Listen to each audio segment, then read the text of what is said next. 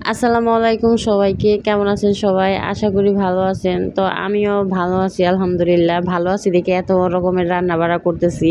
তো আলহামদুলিল্লাহ মাশাআল্লাহ।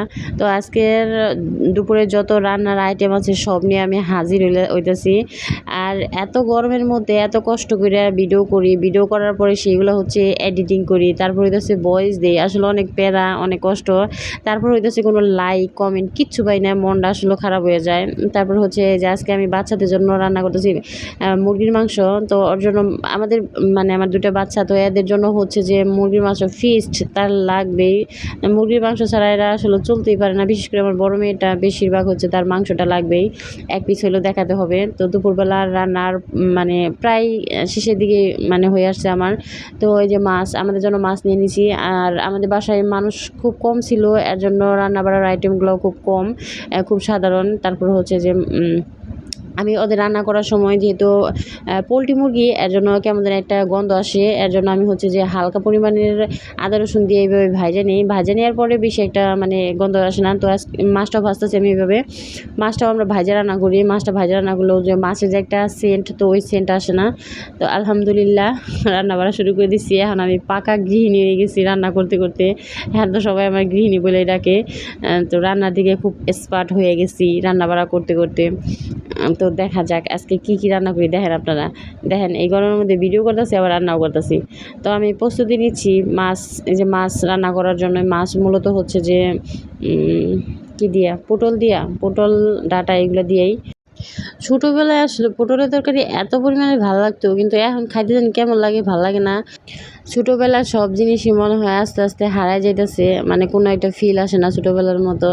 তো এই যে আমি বাচ্চাদের জন্য হচ্ছে যে শাক, তো আমার বাচ্চা হচ্ছে শাকটাও বেশি পরিমাণে খাইতে চায় না। এর জন্য আমাদের নিজের কাছে শাক, ওই যে পুঁই শাকটা, তো এটা হচ্ছে যে যেহেতু মাংসটা খাইতে চায়, তো মাংসর সাথে মিক্স করে দিব, যাতে হচ্ছে যে শাকের ভিটামিনটাও খাওয়া হয়, মাংসটাও খাওয়া হয়, যেন একসাথে দুইটাই খাওয়া হয়।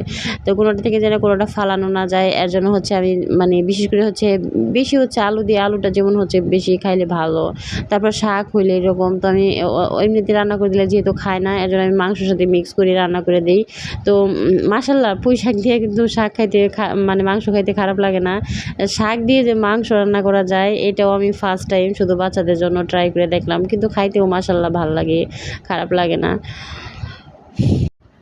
যাদের বাচ্চা আসলেও খাইতে চায় না, সেই পরিমাণ মানে মায়েদের যে কী পরিমাণ জ্বালা, সেই মায়েরাই শুধু বোঝে যে এইটা খাবো না, ওইটা খাবো না। যেমন আমার বড় মেয়েটা আছে, তারে হচ্ছে কোনো কিছুই খাওয়ানো যাবে না। মাছ বাসায় আনলে সে গন্ধে নাক আটকায় রাখে, তারে কোনোভাবে মাছ খাওয়ানো যায় না। মাংসটা দিলে আলহামদুলিল্লাহ সে খুব মাংস খাইতে ভালোবাসে। তো এই যে আমি আজকে রান্না করতেছি, দেখেন এই যে একটু বেশি পরিমাণে হচ্ছে ঝাল হয়েছে। আমার শাশুড়ি মা একটু ঝাল কম খায়, এর জন্য টমেটো দিয়ে দিলাম। টমেটো দিলে অবশ্যই খায় না, তারপরে লুগাই দিয়ে দিলাম। তারপরে এই যে আমরা ধনিয়া পাতা কাইটা অনেকদিন আগেই ধনিয়া পাতা কাইটা ফ্রিজে ডিপে রাইখা দিছি। তো এটা হচ্ছে যখন রান্না করি তখন শুধু বের করে দেই। দেওয়ার পরে হচ্ছে যে রান্নার পরে দেই, দিয়ে তারপরে আমরা এভাবে খাই।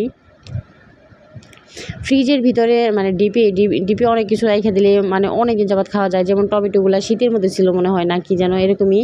তো অনেকদিন আগের এই টমেটো, তো এগুলো আমরা ফ্রিজে কাইটে রাইখা দিছি। যখন প্রয়োজন হয় তখন শুধু বের করে এভাবে আমরা খাই।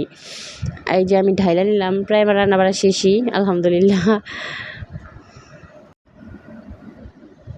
প্রতিদিন রান্নাবাড়া করতে মাঝে মাঝে ভাল লাগে না, মাঝে মাঝে ভাল লাগে। এই যে মাংস রান্না করবো আজকে আমি বাচ্চাদের জন্য।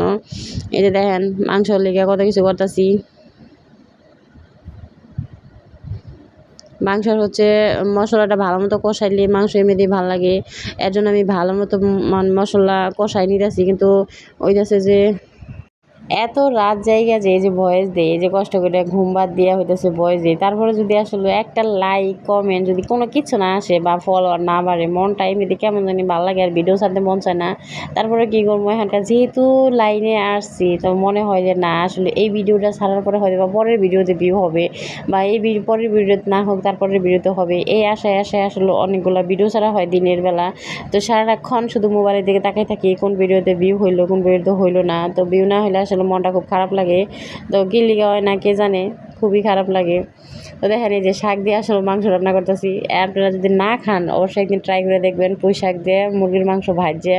তো আসলে খারাপ না, ভালোই লাগে, মজাই লাগে। তো আমিও রান্না করলাম। আমিও জীবনে ফার্স্ট টাইম আজকে খামু, খাইয়া দেখুন কেমন লাগে। তা দেখার আছে কেমন লাগে।